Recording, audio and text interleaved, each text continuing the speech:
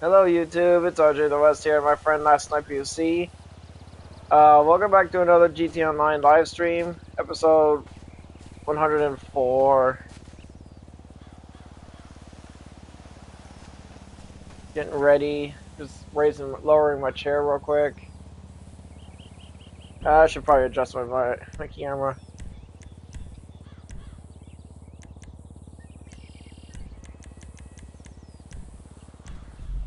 I'm gonna do that.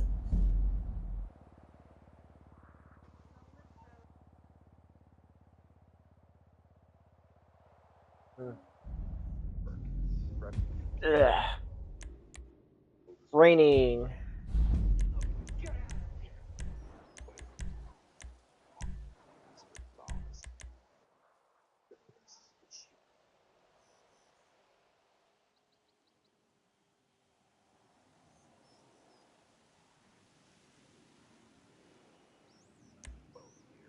Check to see.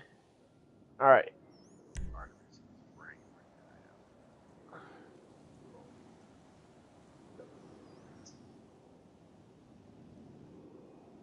Launching session.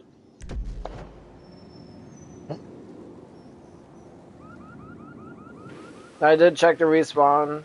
It is normal respawn timer, so in case we do suffer a long loading screen, you know what to do. We are immediately being attacked! Holy shit! Cry about it? No, what? You said if we were in long loading screen, you said you know what to do about it. And yeah, and that said cry about it? No.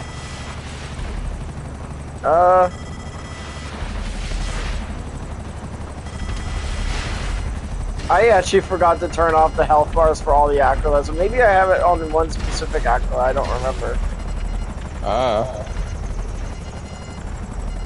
Ooh, I probably should have spent more time testing on this.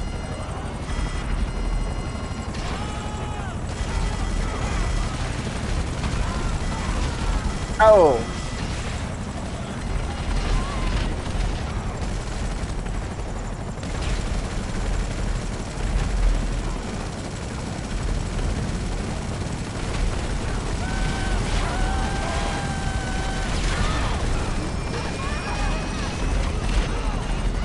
I am gonna die.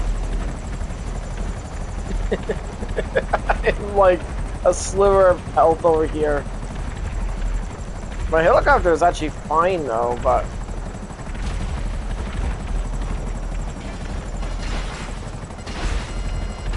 no, I noticed that when you log on to the acolytes, you're logging on to all four of those people in there.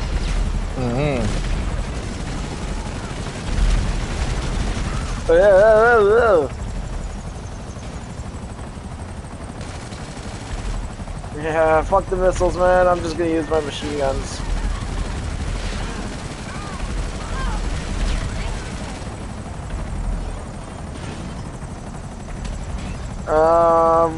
We're definitely a lot stronger than these guys are.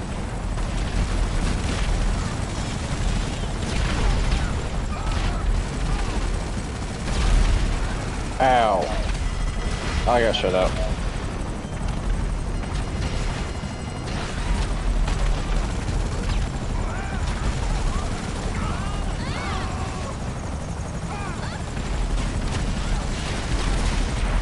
Nailed it.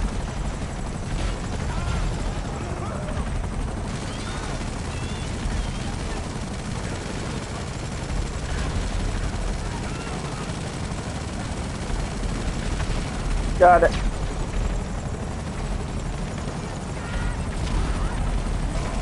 Take out the acolytes, ladies! God, dude, buzzards feel so slow.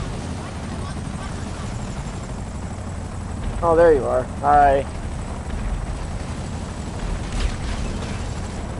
Wait, are they on the... Oh, okay, they're down there. To war!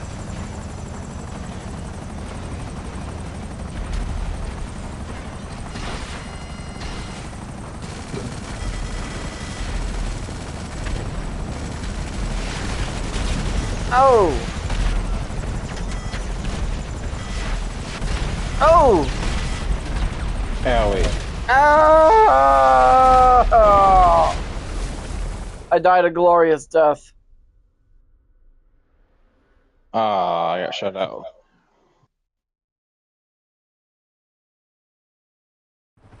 Long loading time? No, no, no. Although one of my pain point I probably should have checked was the fact that we do spawn relatively close proximity to the enemy, giving them more than enough time to actually hit us with their missiles when we just started spawning in. Ow! Ow! Ow! Ow!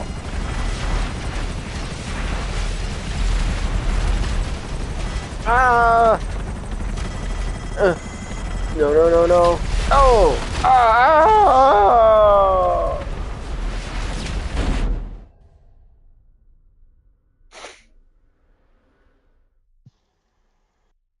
I feel like they're explosion proof or something. I've been noticing that when I was actually, this is gonna sound weird, but when I'm actually attacking some of the hill, I did use. You're better off using your machine guns on them. Why did it spawn me in the water? Why did it spawn you? What? How are you in the water? I see you in there. It spawned me in the helicopter in the water. Your helicopter wasn't destroyed, apparently. Ow! Oh, you shot me out, you bitch! No, no, no, no.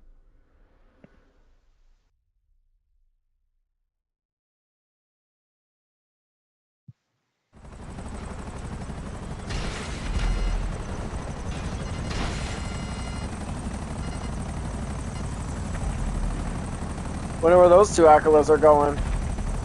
Away from the fight.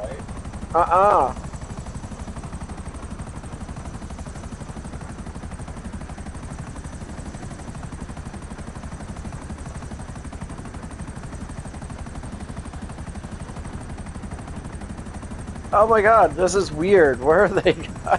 I never had this problem before. Yeah, we have. Well, okay, maybe one, like a long time ago.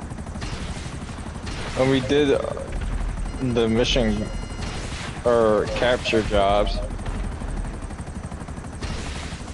we always had them fly away all the time. Oh, you immediately returned. There's two of us and one of you. Yeah, Acolyte down. Let's return. Yeah, okay. I'm not gonna lie. When I must have forgot to turn off the health bar on all the Acolytes because I'm still seeing the Acolytes' health. Not worried about it. Neither am I. I mean, I'm not making these missions to be perfect. They're supposed to be like 30 minutes of fun, or at least like something for us to keep ourselves occupied. Wouldn't really be exercising our brain. It didn't really bother making. Oh my god, this guy's just out here by himself. And he's just hovering.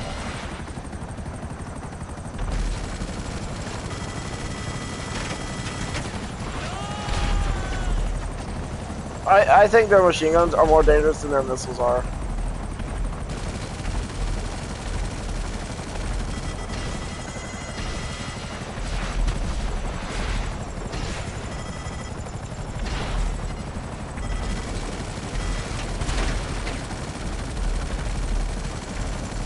Bye bye.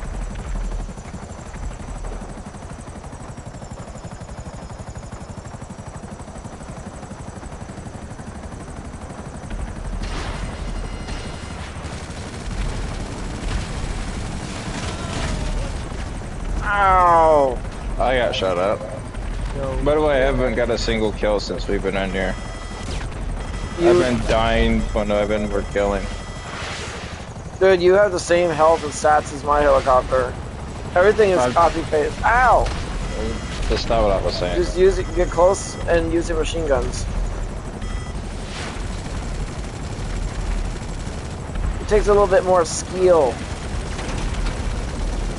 Ah! What the hell? Did that one?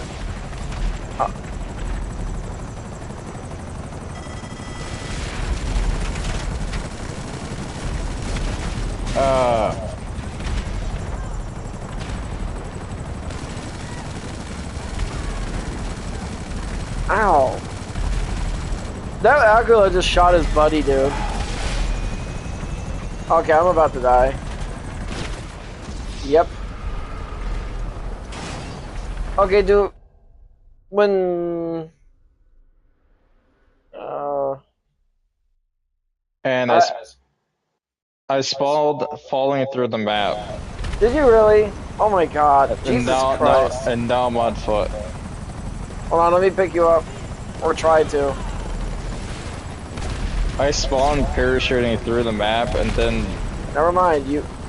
Oh my god. Jesus Christ. Yeah, this is so much fun.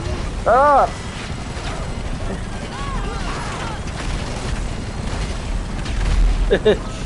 Ow! Okay, this... Oh, Jesus Christ. Are you in... Oh, at least you're in your helicopter. And it spawned me literally nose down into the ground. Ow! Ow! Oh! I'm gonna die. I finally got 1 kill this entire time. Correction, you got 4 kills. There's 4 enemies in each helicopter. I got, well, yeah. If you count that, that counted that way. Look, it does take a little skill. Oh my god, I spawned in a rotorless helicopter. Then I spawned on foot just to die. Aye!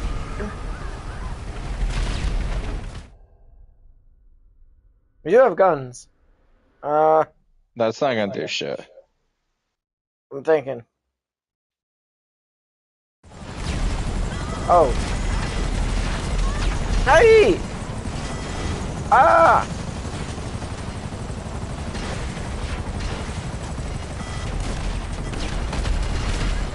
Whereas I spawned in the helicopter, it was already half dead already. Because they're shooting me before I can even get off the ground and auto loading screen. Well, we should be... Damn it! Stupid camera! Ow. Okay, I will admit though, this is a lot harder than I thought. Oh my god!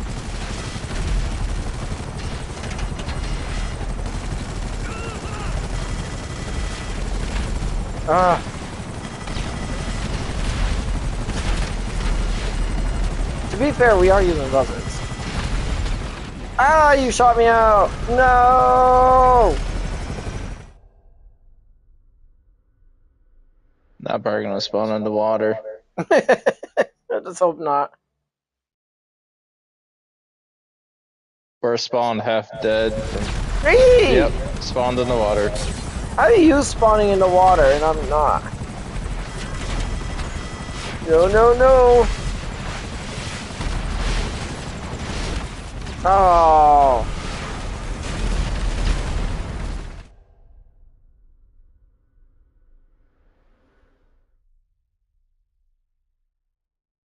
The vibration pad is starting to feel a little different now. Ow. Ow. I've become a sacrificial lamb. And I spawned through the map again. Yeah, I'm just gonna leave. You know what? I I'm might done. as well too. This is not working out for us. Let's go ahead and leave in advance. This is not what I was like. I've had a friend session. Copy that. I'll wait until you actually are in there.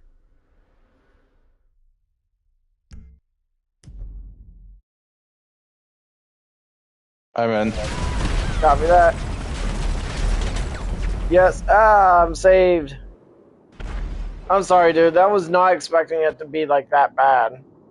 I mean, it was a simple, basic formula where you just had like 4 or 5 Aquilas versus how many buzzards? The buzzards don't look like they're really doing much. That's Whatever. that's not really what's bothering me. It's the No, what's constant bothering you falling is having no power in there. no, it's constantly falling through the map and then spawning in the water, spawning on foot. I can't do it. I'm not responsible for any of that shit. All I know is that we had 2 helicopters designated for us. So I don't know what the hell the Being problem is. being killed by the helicopters won't bother me. It's the glitching that's happening in there. Well, it's not in my control, so I mean, it's either that or just never do missions ever again then. What about Because me? it would be, because like there would be no purpose for me to even play this game anymore. Like user-generated content is actually one of the whole reasons why I keep playing this game. And I think he was just upset because we're just not having a strong stance in that mission. No. And you're real quick to throw in the towel too. But I actually do. Well, it's actually more punishing for you because it's understandable. I mean, I probably would have thrown in the towel too. You know what? Tomorrow, the next day would probably just be an all-out infantry and just never forget about vehicles or anything. I don't know. Okay, I thought I called the Duster. I think it's the vehicles are the problem, anyways. Is because of the constant falling through the map, glitching out of the vehicle, glitching into destroyed vehicles or half-destroyed vehicles, spawning in the water. Yeah, that shit's annoying. I get it. It's not in my control, so it's annoying me too. It's the first time that's ever happened. First time for everything. Yep, I mean, I deserve that. It'd be nice if it would work, but it's annoying every time it bugs out like that.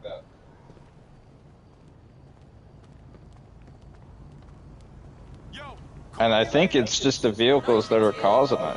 Because when we do infantry only, it's fine. It works normally, like it's supposed to.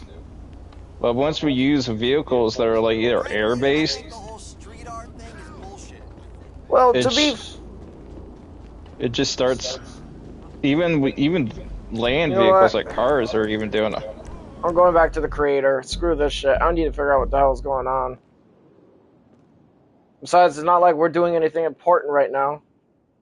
All we do is sitting out. Now they just sit and chill. I'm gonna fix this shit. Right now I'm just pissed. I'm just running around. I'm just annoyed that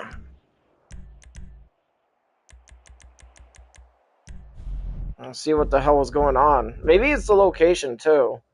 I mean, it's not every time we use that particular location, and well, I did have the enemies closer proximity to us.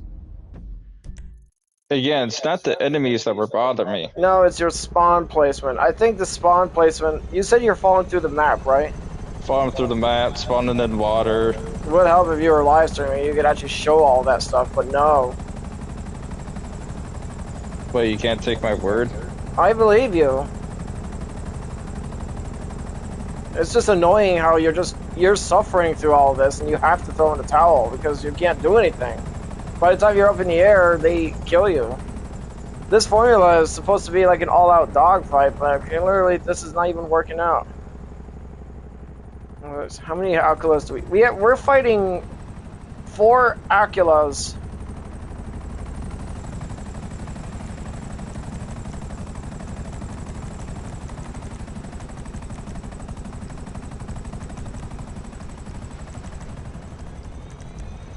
Alright, so the boss vehicle's right here.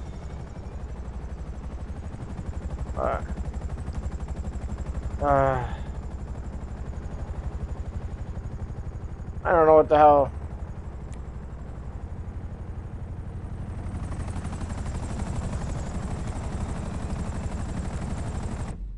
And it seems to be affecting me and not you, too. Yeah, and that's actually another reason why I was like worried about that shit too, because like Jesus Christ. That's so stupid. I mean, I'm also spawning in a broken vehicle too, by the way. I think no, I'm not talking about I'm talking about the other stuff, like spawning into water, falling through the map. That's all dumb. You. That's just dumb. Tell you what, I'll invite you to the mansion and we'll just chill in here and I'll look up for some nice dog experience to calm us down.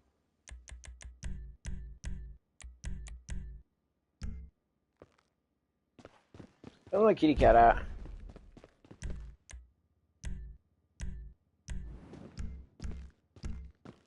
It's been a, to be fair, it has been a while since I actually had a failed mission. At least one that suffered that badly. I suppose the Akalas are too much of a handle, too. I mean, I did make them extra tough, but The glitching's what's bothering me. it is, and I can't do anything about it. And what's bullshit, it's only affecting me. Yep.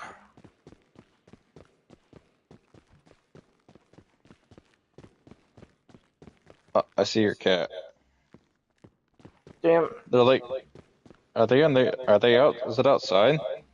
No. No. No, it's over here. It's in its little bed. Yep. Yeah, I don't need to change for cat. Do you have this long at? Wait, what? Oh, we actually can sit down. Okay. You can sit at the table? I did not know Evidently. that. I did not even know that. This is a big ass dinner table. In real life, I would not even have a table on the. Oh, let me switch chairs.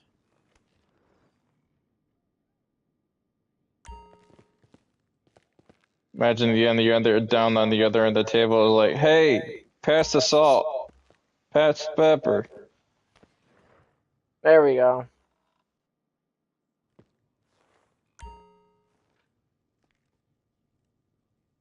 I'm getting my phone. What a weird way to put your arm on the table.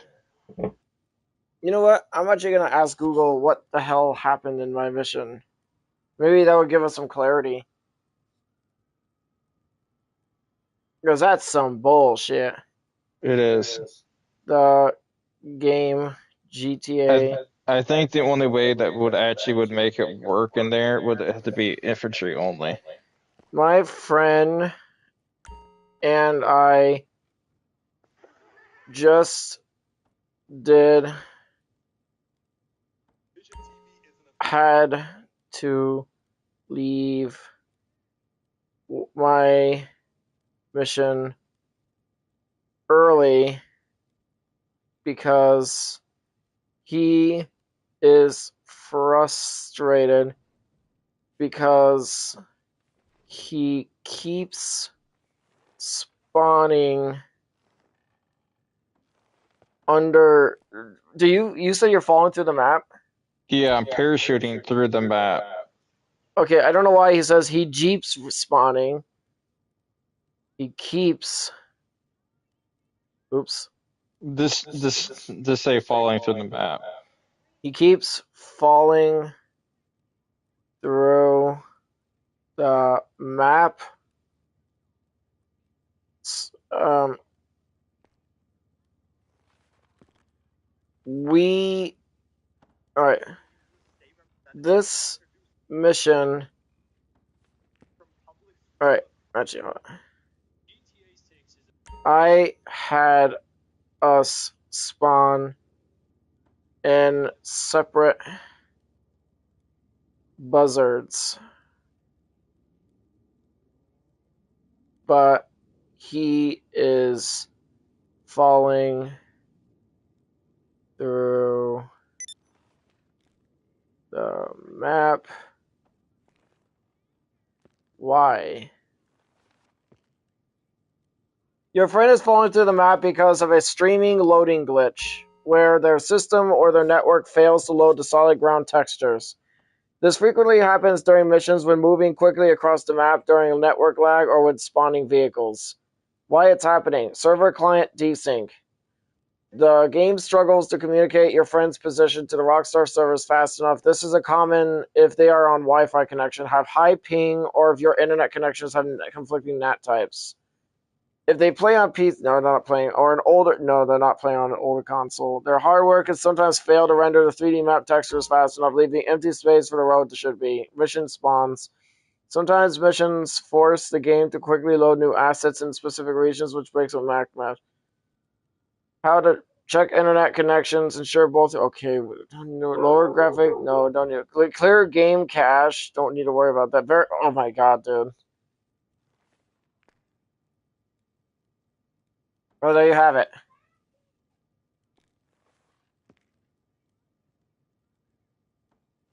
This is like the most awkward thing ever. Seeing two silent people. It's like just This is a weird way to put your arm on the table.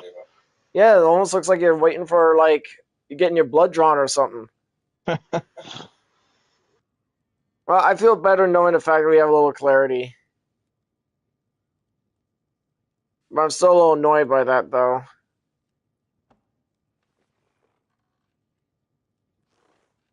And all right, in the game, in my newest mission, it is a buzzard versus Akula helicopter dogfight, and my friend and I are in buzzards. We keep he keeps dying. He and we keep dying, but it's fun. Dogfighting an Aquila in a buzzard is an incredibly fun and intense challenge in GTA Online. The Aquila is much faster, more heavily armored, and features stealth, but the buzzard excels at it does not excel at agility. It is so painfully slow. Gotta move my character. Like it says, me dying from the helicopters weren't bothering me. It was the glitching that was happening in there. It was starting to get to me. Yep. Having no control sucks. Especially in your own missions. And I know it's not my internet connection or anything like that because I have very strong Wi-Fi connection. Yep. How many people are watching right now? There's one. Nope, no one's watching. I had two people watching a few minutes ago. It might be just like a spawn issue that's causing me to fall through the map. I think it's because remember it was saying that Oh, when you're dying, it it loads the game assets too fast. So that explains yeah. why you keep loading into a broken helicopter. Whatever were you gonna say? I was gonna say maybe it was because of all the helicopters being blown up in one area because there was a lot of every time I die and I fall through the map, there was literally like a bunch of carcasses of helicopters where I fall through the map. I don't know that could have been causing it or I don't know. I think there was just too much going on, and I don't regret making the helicopter dogfight. I mean, we've made helicopter dogfights before, The mission but I think I itself need to make wasn't the the. I need problem. It to. was the I need. glitching. Well, if you haven't noticed that when I half-assed this mission, all the vehicles were close together. Hell, we were not even that far away from the Aquilas. And when as soon as the Aquilas were in our area, we were kind of just screwed.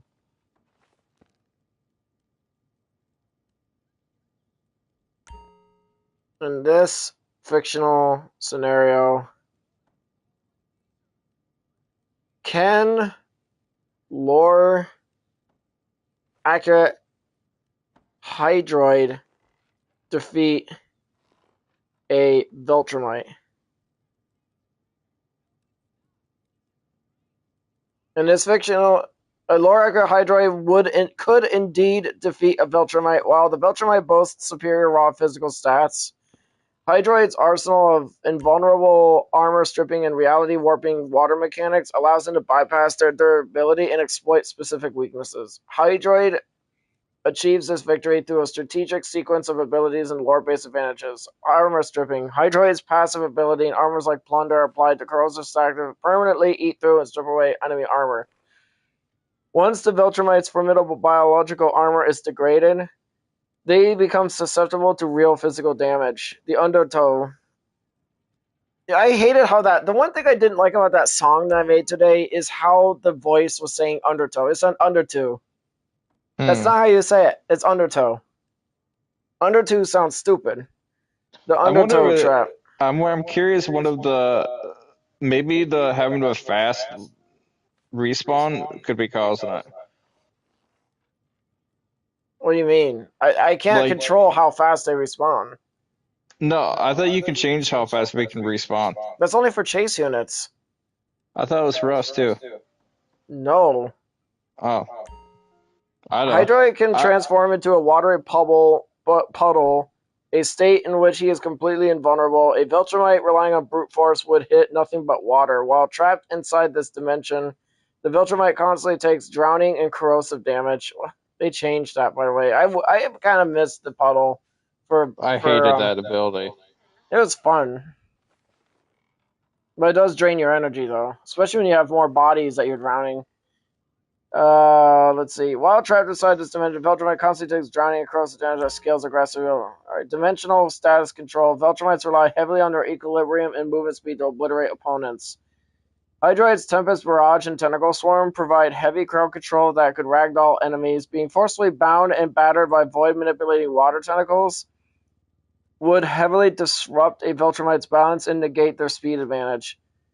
Space adaptability. Because warframes are biomechanical, Hydroid does not need to breathe, circumventing the primary method for Viltrumites to use to defeat spacefaring opponents. Ultimately, because warframe magic allows tentacle constructs to ignore standard physical limitations, Hydroid's combination of vulnerability, armor melting, and crowd control turns a standard enemy turns a standard physical mass match into a battle of attrition that Hydroid can win. That actually is pretty cool that Hydroid could defeat a Viltrumite in combat. Mm-hmm.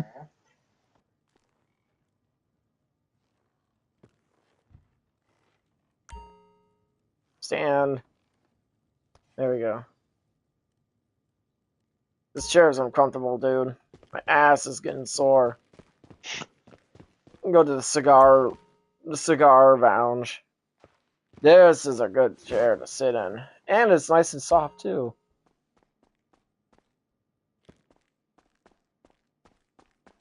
I'm just gonna pretend they're not actual cigars, and they're just, kitty cigars. It could be Cuban cigars filled with Cuban weed. Alright, if Lorikar Hydroid could defeat a Viltrumite, what about... I'm gonna stay with Lorikar Hydroid. I already did a theory earlier this afternoon, before I made my song. You could see if Ichigo can beat him, Alright. or if he can beat Ichigo, one or the other. Can Lorikar Hydroid defeat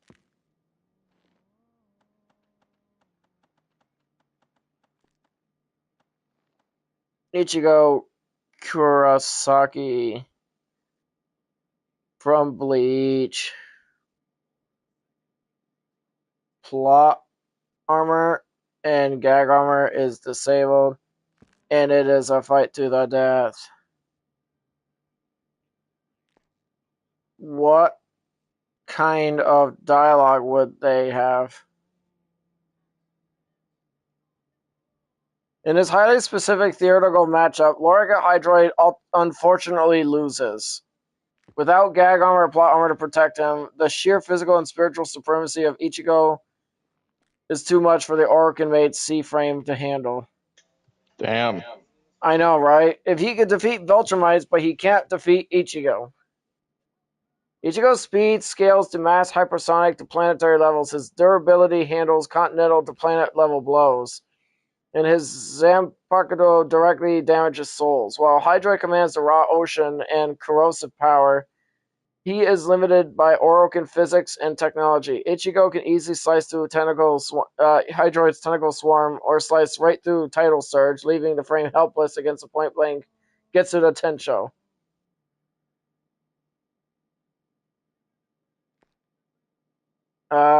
Location, Karakura Town. Pitch black stormy night. Waves and rain battering across the cracked concrete. Ichigo drawing Zangetsu, his spiritual pressure tearing at the water surface. I don't know what you are, or if you are hollow trying to disguise yourself, you are not passing through here. Get out of my way. Hydroid. The warframe does not speak, as the operator sits silently in the transference pod aboard the Zerman. Instead, the sea frame emits a low mechanical hum, and the ocean begins to rise. Tempest barrage cascades heavily corrosive rain from the pitch black clouds above. Uh, Ichigo dodges the localized deluge with ease, flashing behind Hydroid in the blink of an eye. Water tricks? Not a chance. Swings Zangetsu and Shikai, attempting a Getsu Tenshu directly into the center of the liquid frame. Hydroid morphs entirely into a massive heavy wave of water, absorbing the slash onto his aquatic form before surging backward to slam his plunder down. He stands like a pirate of the deep, surrounded by his kraken's tentacles. Ichigo is surprised, feeling the armor being corroded by toxic seawater. What the? You're melting my spirit energy. Hydroid, a low, reverberating mechanical groan escapes his helmet, but remains entirely silent.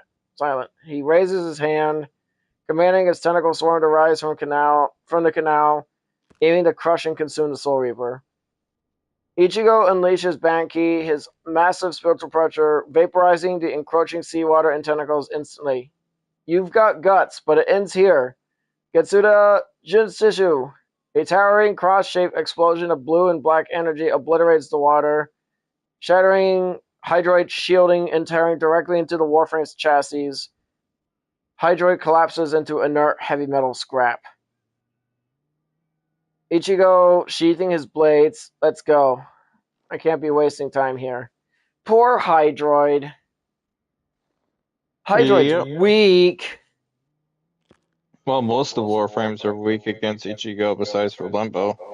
Well, there's a few others. I mean, didn't you have that other war? I just wanted to see if I could sit in the couch without having the option to smoke. That's better. That's disappointing, but oh well. Let's see. What about? All right. We already tried Ash. Ash doesn't stand a chance against Ichigo. But what about Garuda? She would probably die.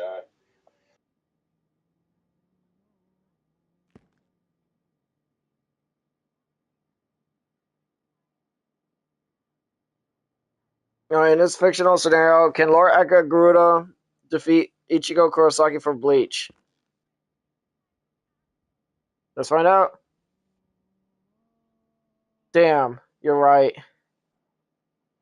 Ichigo Kurosaki decisively defeats Garuda. Garuda possesses lethal gore-based abilities and high durability. Ichigo's planetary to universal tier spiritual pressure, light speed combat, and soul-cutting Zanpakuto render her mechanical and biological blood magic insufficient. The dialogue. Let's see. Soul reaping. Because warframes are heavily tied to the manipulation of flesh and blood, the helmet strain, Ichigo's Shinigami response, which exists purely on a spiritual plane, give him a fundamental advantage. Garuda relies on her health to fuel her bloodletting and energy. In a battle against Ichigo, his passive Ryutsu would physically crush and incapacitate lesser combatants before the fight even begun. Ichigo's speed and power is far beyond standard warframe defensive mechanics, allowing him to easily outmaneuver Garuda's seeking tolerance. The dialogue would go something like this. The clash of a sanguine maiden and a substitute Shinigami would play out as deadly confrontation of philosophies regarding life, death, and honor. Garuda would start saying, like, your blood is rich with untapped suffering, Shinigami. Let me build an altar to your crimson spirit. Garuda gracefully spreads her mechanical talons, conjuring a towering dread mirror to absorb Ichigo's initial strikes. You've got it backward. I don't know what kind of machine you are, but you're stepping into a fight you can't harvest. I have to protect my world, and I won't let a blade of blood stop me. Get out of my way. Ichigo instantly activates his Banki Tensha snapping her dread mirror. He snaps her dread mirror with pure, overwhelming spiritual pressure. Fascinating. Your spirit screams with vibrant vitality. The sacrifice only makes my talons sharper. Garuda impales her own chest to channel her inner energy and launches a torrent of seeking talons, covering the area in a storm of crimson energy. Ichigo. That's enough! Ichigo completely negates her blood assault and closes the gap at light speed. He points Zangetsu directly at her core. A massive pitch black and blue wave of spirit obliterates her and overpowers her defenses. Basically, she dies. But can she defeat a Viltrumite? Probably not. Probably not. I'm not even going to bother. I mean, Ichigo is very powerful, and he's like up there when it comes to anime characters. Yeah, he's one of the higher elite anime classes. Mm. Did we try Rhino yet, or no? I don't know. I don't remember. I'm gonna try Rhino. Try a Brute.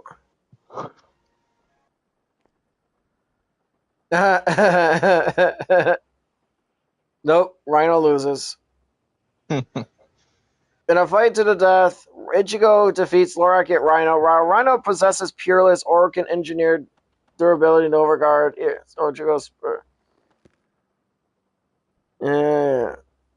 Rhino's strengths. According to Warframe lore, the original Proto Rhino was an unrestrained, terrifying flesh-eating monster. His iron skin granted him completely immune.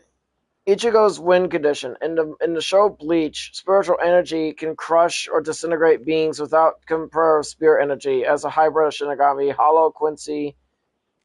That makes sense. Fictional, no. Yeah, I don't even need to bother with the. I'm not even gonna bother with the dialogue. It's just like we already know who wins. How about Necros? Probably not. Let's see if Necros dies.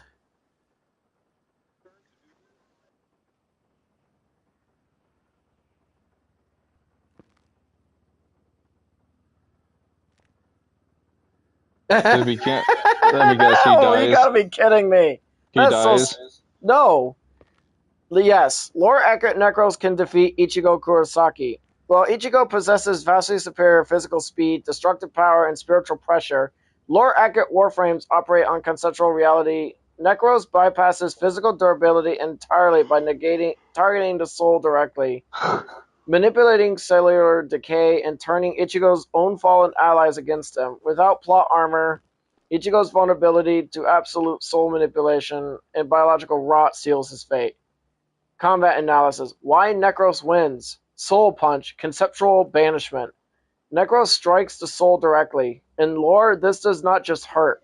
It literally rips the soul out of the physical body, converting it into a projectile. Ichigo is a soul construct, making him entirely vulnerable to direct soul. This makes sense. Remember, he uses spiritual energy. He's more of a spirit user. Desecrate. Metabolic decay. Necros forces the immediate molecular and spiritual decomposition of matter around him to harvest energy. Ichigo's biological and spiritual composition would face rapid, unstoppable degradation. Shadows of the Dead. Psychological warfare. Necros summons perfect, void-empowered clones of anyone he or his team has killed. Ichigo would be forced to fight Hollows, Soul Reapers, or even manifestations of his own past trauma, all completely loyal to Necros. Well, that's psychological, alright. Imagine your own friends trying to kill you. Infestation immunity. Necros is composed of the helmet technology strain. He has no organic blood to spill, feels no pain, requires no oxygen, and cannot be exhausted. Ichigo's disadvantages without plot armor. Reliance on power scaling. Ichigo wins fights by overpowering enemies with sheer energy output. He has no defense against conceptual void physics that ignore physical durability. Don't forget, he's also human psychology. Without plot armor, Ichigo is susceptible to mental despair. The combined effects of terrify and fighting shadows of his loved ones would shatter his resolve. Ooh, you know what? That's sick. Wait, didn't we do an experiment where Sevagoth defeats Ichigo? Probably. All right. Battle scenario, the dialogue. Setting, a ruined, desolate valley bridging Huico Mundo in the void. The sky is a fractured mess of black sand and swirling greenish-white void energy. Ichigo stands with Zangetsu drawn, sensing an unnatural freezing presence. A golden and black Necros Prime steps out of the void tear, its sendenia flowing like smoke. It holds no weapon. Its hands are hooked claws. What kind of hollow are you? Your spiritual pressure. It feels dead. Completely empty. Like a vacuum. Necros tilts its head. The cold, mechanical hum of the transference link echoes through its chassis. The operator speaks directly into Ichigo's mind. We are not of your world, Soul Reaper. We do not possess pressure. We are the terror that remains where the light goes out. Ichigo grips his sword tighter, stepping into a combat stance. I don't care what world you're from. You're giving off pure malice. Step aside or I'll cleave you in half. Necros' operator. Many have tried to cut the shadow. Look closely at what you fight. Necros raises his hand. The ground bubbles with black oil. Manifestations of soul reapers and hollows rise. Their eyes are glowing with a sickening void green light. Ichigo, eyes widen in horror, stepping back. No, that's impossible. Rukia? Renji? No, they're alive. What kind of sick illusion is this? Not an illusion, a harvest. Every death feels the void. Your friends, your enemies, they belong to the desecration now. And soon, so will you. Ichigo roars in anger, spiritual energy flame. Shut up, Getsuda Tensho! A massive wave of black energy obliterates the landscape, tearing through the shadows. Necros disappears in a flash of smoke. Reappearing directly behind Ichigo, a cold skeletal hand presses against Ichigo's spine. Be still. Release your soul. A green shockwave erupts. Ichigo's vision fractures as his very essence is violently uncoupled from his body. Oh my god! Ichigo gets killed by Necros. That's so Mm-hmm. cool. And yes, if I remember, I made a picture of Sevagoth defeating Ichigo as well. So I think it depends on the strength of the Warframe. But that's actually pretty sick, though. Hmm. You know what? I'm gonna try something here.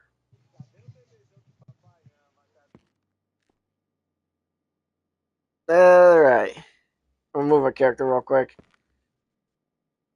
In this fictional scenario, lore accurate Necros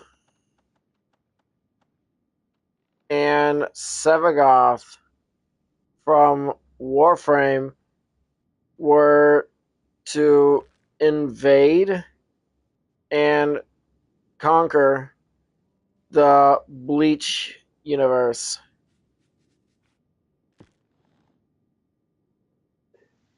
The two Warframes must fight all the what is that group called again? Shinigami? If you want to call him that. I don't know. What must fight Ichigo and all his friends. And all his friends. In a fight to the death. Plot armor and gag armor is disabled. And what kind of dialogue would they all have?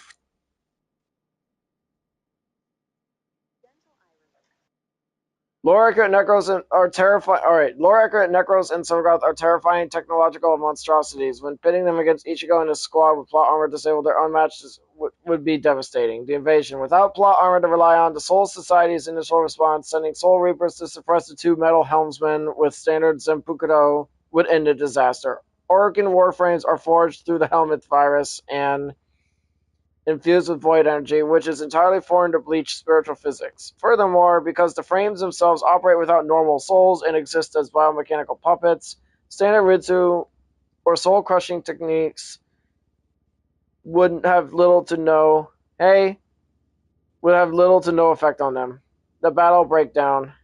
Ichigo, along with captains like Bayakua Kuchiki and his Vizard friends, Vizard, attempts to overwhelm the invaders. Sevagoth counters by activating Gloom, a debilitating pulsing aurora that leeches life force and fundamentally slows down time in the vicinity. The Shinigami find their movements reduced to a crawl, while their strikes fail to pierce Sevagoth's heavy naval armor. The Necromantic Onslaught. As casualties mount, Necros activates Terrify, shattering the mental resolve of even veteran Goatee 13 and breaking their armor. Meanwhile, Necros' signature passive instantly restores his own health and shields with each fallen foe, while Shadows of the Dead allows him to turn the souls of Ichigo's previously defeated allies into a ravenous horde of spectral minions. The Shadow Unbound. Once Ichigo pushes through the deal with what should be a fatal blow to Sevagoth, the Warframe's passive triggers, tearing his physical body open to reveal Exalted Shadow.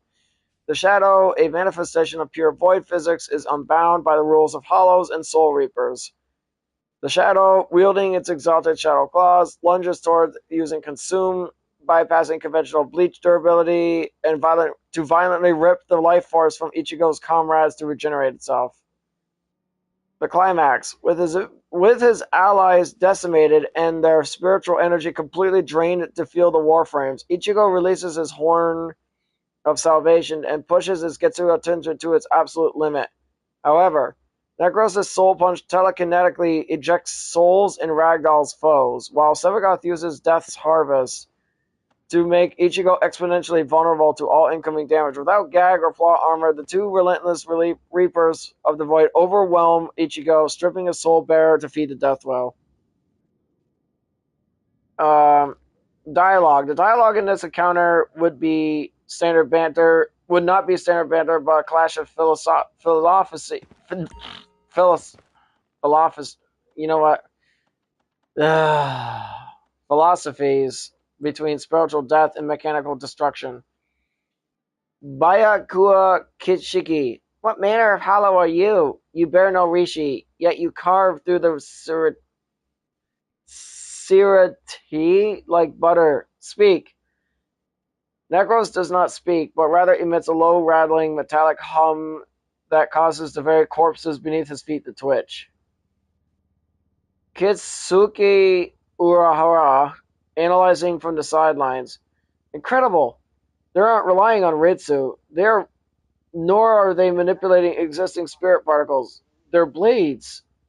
As if the void itself is acting as an infection, devouring the very concept of flesh and soul.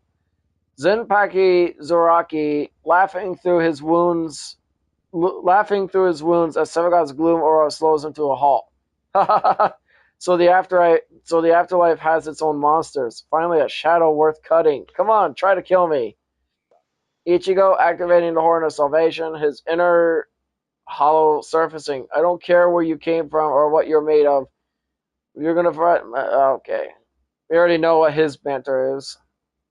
Sevagoth's empty helmet tilts towards Ichigo. The shadow form raises a spectral claw, preparing to invoke Death's Harvest. The shadow.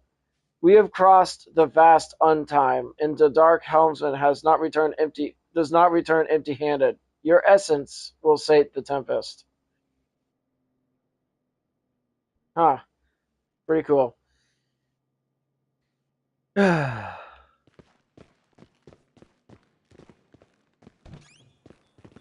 outside. This is actually a pretty cool yard. I'm not gonna lie. You never have to worry about mowing your lawn ever again. I wonder what these ball things are for, though. I would, it'd be pretty Decoration. cool to have something like that. This is yard decoration.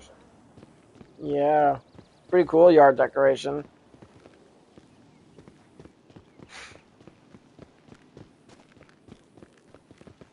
Ah, pretty view of the city.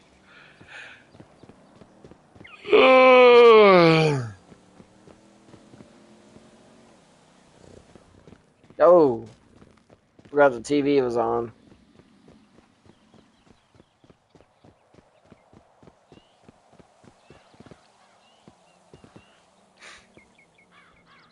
Interesting. There are so many seating areas in this damn mansion, dude. It's unnecessary, almost unrealistic too when you think about it. The characters getting cramped. Hi, Grace.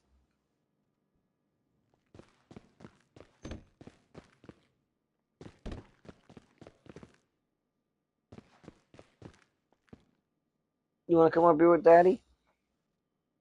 Come on, baby. Come on, baby. Come on. You know, it's funny. If I actually had a ranch in real life, I would not have a cigar room. I wouldn't have any smoking room. But I would have air purifiers in each room. And Mm. like once a month, I would actually take all the filters out and just clean them.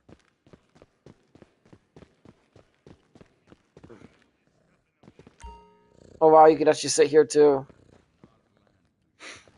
I would just have the viewers look at this thing for a little bit. Alright, next thought experiment.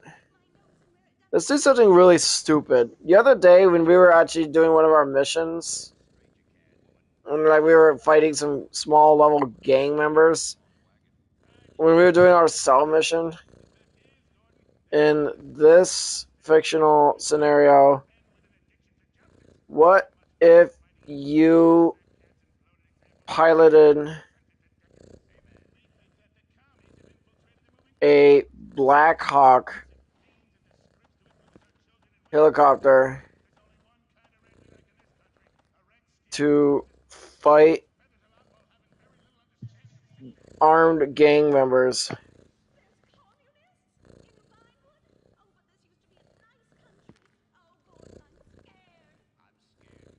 Piloting a Black Hawk helicopter in an active firefight against is a chaotic, high-stakes tactical nightmare. You would be operating a massive unarmed troop transport that was never designed for frontline close air support against heavily armed urban militias. The threat of a standard UH-60 Black Hawk is vulnerable to concentrated small arms fire, heavy machine guns, and shoulder-fired rockets, flying low and slow over an area. Firepower imbalance. While a Black Hawk can be configured with door-mounted weapons like the M240 or M134 miniguns and 7mm rockets, it relies heavily on surprise and speed. Unlike a dedicated attack helicopter like the AH-64 Apache, a Black Hawk lacks heavy armor plating, a nose-mounted turreting guard, collateral. Okay. If your Black Hawk, oh my god, dude. Isn't the black? Isn't that what the? Actually, you know what? Let me see if they not in the game. I'm assuming it's a Black Hawk. Mm. All right, in the game, GTA Online. What is the Annihilator stealth based off of? Okay, I was right. It was. It is based off of the stealth. It is based off of the stealth Black Hawk. Okay, I was right then. Okay, I got one. This in this fictional scenario, I am driving an Abrams main battle tank with my friend on machine gun against armed gang members.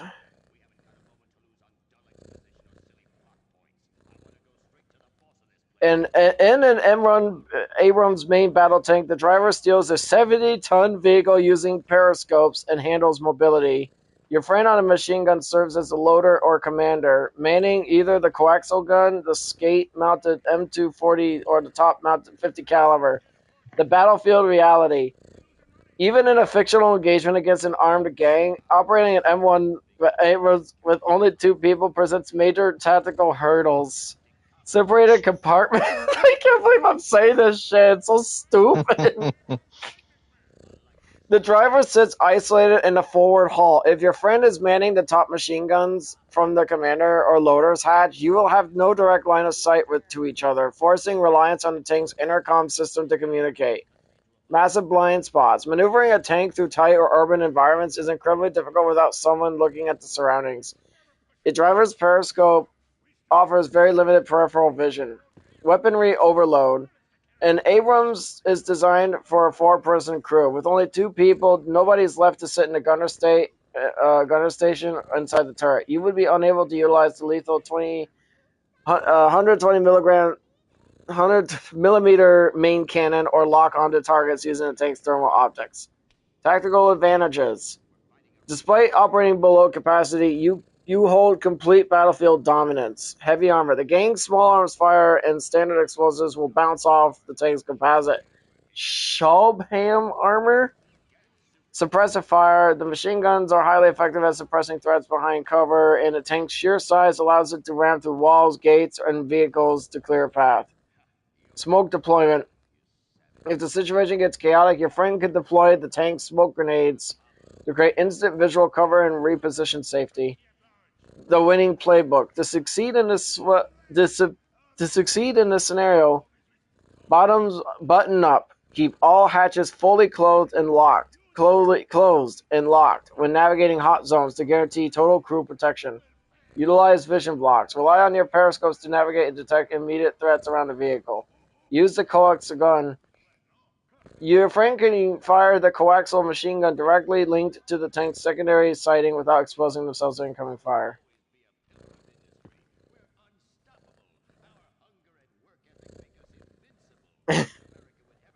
It sounds so stupid, dude. It sounds so stupid.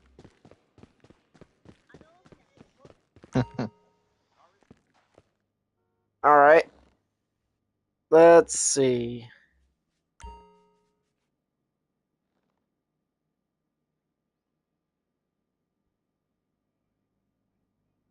Alright, in this scenario, my friend and I are military soldiers,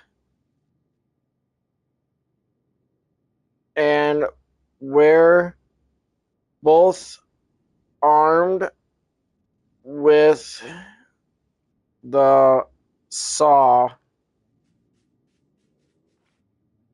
and we're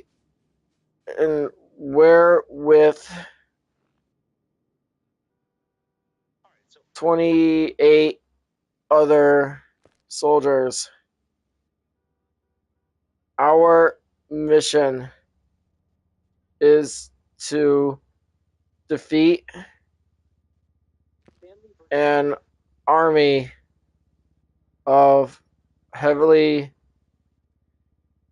armed hobos. With 30 soldiers and 2 M2 saws, your primary advantage is overwhelming suppressive firepower. By utilizing fire movement, you and your friend can pin down the enemy while the other 28 soldiers maneuver to flank them. God, this sounds so stupid reading this. A solid strategy to eliminate heavily armed forces involves several key tactical components. Establish a base of fire. Crossed fires. You and your friend should set up your saws in mutually supporting positions, about 50 to 100 meters apart. to establish overlapping fields of fire. This prevents the enemy from maneuvering on either of you. Controlled bursts. Saws are crew-served area denial weapons. Resist the urge to hold the trigger down. Fire-controlled 3 to 5 second bursts to keep the enemy's heads down, save ammunition, and prevent barrel melting. Ammo management. A standard combat load is 600 rounds. 3 200-round drums. Stick to the 100-round nutsacks on your... What the fuck? Nutsacks. I'm reading what it's saying. A standard combat load is 600 rounds, 3 200-round drums. Stick to 100-round nutsacks on your gear for better...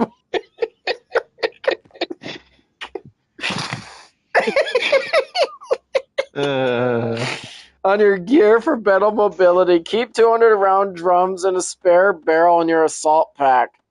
Maneuver element. Flanking. While the two saws deliver non-stop suppressive fire, the remaining 28 soldiers must divide to maneuver elements. Bounding Overwatch. The squad should advance using Bounding Overwatch, where one half of the team moves while the other stays to watch for threats. Flanking maneuver. While the enemy is focused on a hail of bullets from your saws, the 28 soldiers should move under cover to get to the sides and to the enemy position.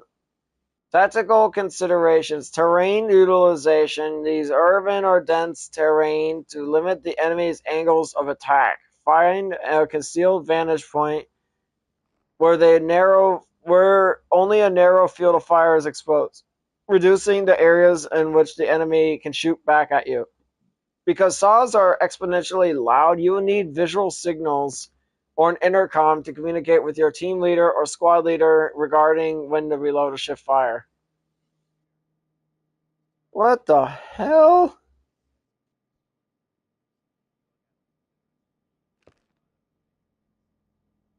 The hobos have been stockpiling weapons in a fortified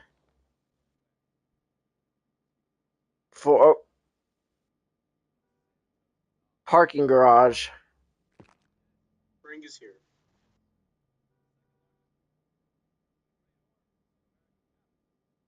My friend and I, with our soldiers, are to go in and kill them all. No, I'm not. And defeat them all. All. No quarter. To clear the fortified parking garage, divide your 30-soldier element into three 10-man squads using standard military operations in urban terrain combat. Do not charge straight in. Parking structures have fatal tunnels like stairwells and choke points that invite ambushes from above. The infiltration and sealing. Exterior cordon. Have one squad secure the perimeter and surrounding streets to cut off any retreat or escape routes. High ground advantage. Rappel or fast rope onto the roof of the parking garage using helicopter adjacent buildings. Fire team employment. Saw tactics. Oh, God, this sounds so... Aggressive push. I'm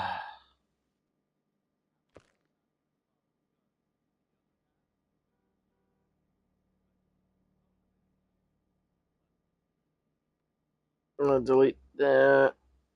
In this fictional scenario, my friend and I are with a large group of militant prostitutes. Oh, I spelled it wrong. Prostitutes. There we go. We are to fight a race of genetically engineered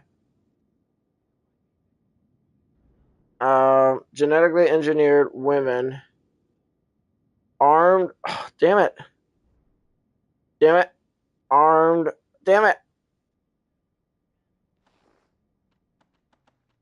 With laser weapons.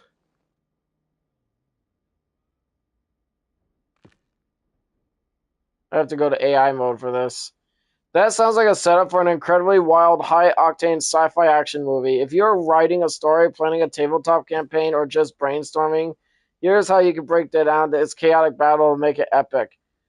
The militant prostitutes. Your faction holds the advantage in street-smart adaptability, urban warfare tactics, and unconventional hidden weaponry. The engineered women.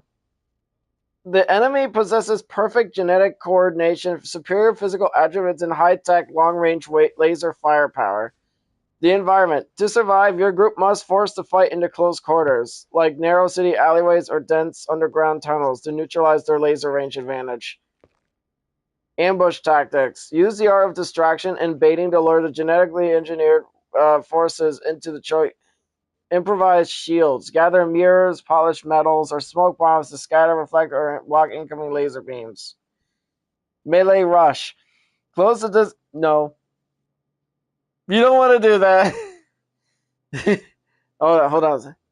Some of the genetically women are bodybuilders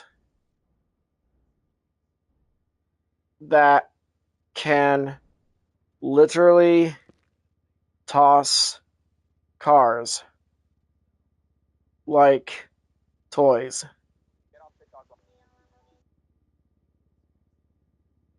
The militant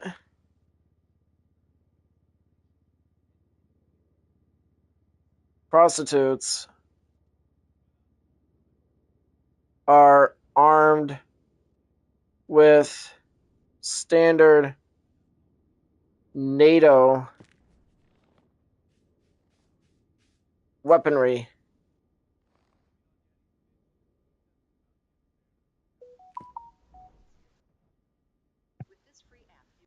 Your group faces a severe tactical disadvantage. Genetically engineered super soldiers with laser weaponry and superhuman strength would dominate open direct engagement. Standard NATO small arms like 5.56mm rifles require precise shot placement to stop enhanced biological targets. What to avoid? Open fields, vehicle barricade. Do not hide behind cars. The enemy bodybuilders would use them as throwing weapons. Sustained fire. No, really? Really? Sustained firefight. Standard body armor will not stop. Jesus, I think it doesn't work in GTA Online. I'm certain it won't work in real life. To win your group. Oh my god, it's actually showing what you need. It's actually showing like a scale of how to do this shit. What the hell? To win, your group must utilize asymmetric warfare, terrain advantages, and specialized NATO ordnance. Urban choke point, trap. Militant group high ground heavy weapons. Then you gotta set up a crossfire and IEDs. Super soldiers, channeled and exposed. What the actual fuck? Terrain exploitation. Urban choke points. Force the enemy into narrow streets, parking garages, or tunnels. Break line of sight. Lasers cannot curve. Use concrete walls and heavy structures for cover. High ground. Station your forces on roofs to negate the enemy's card-tossing strength. Weapon optimization. Anti-material rifles. Use 50 BMG caliber rifles like the Barrett M82 to penetrate engineered skin and muscle from a distance. Explosive. Deploy M26 grenades, claymores, and anti-tank mines to neutralize the heavy lifters before they get close. Use heavy machine guns. Suppress the enemy with crew-served weapons like the M2 Browning to disrupt their aim. Smoke and mirrors. Deploy stick smoke grenades, laser beams, scatter, and lose power over time. Oh yeah. Yeah, I'm about ready to get out here too. Force coordination. Distraction teams use highly mobile squads to bait the super soldiers, then prepare to kill zones. Ambulatory fire and immediately relocate to prevent the lasers from melting your cover.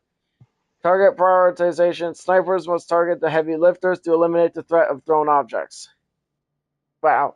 I hope you guys enjoyed this live stream, and thank you guys for watching. Have a good day, everybody. Bye.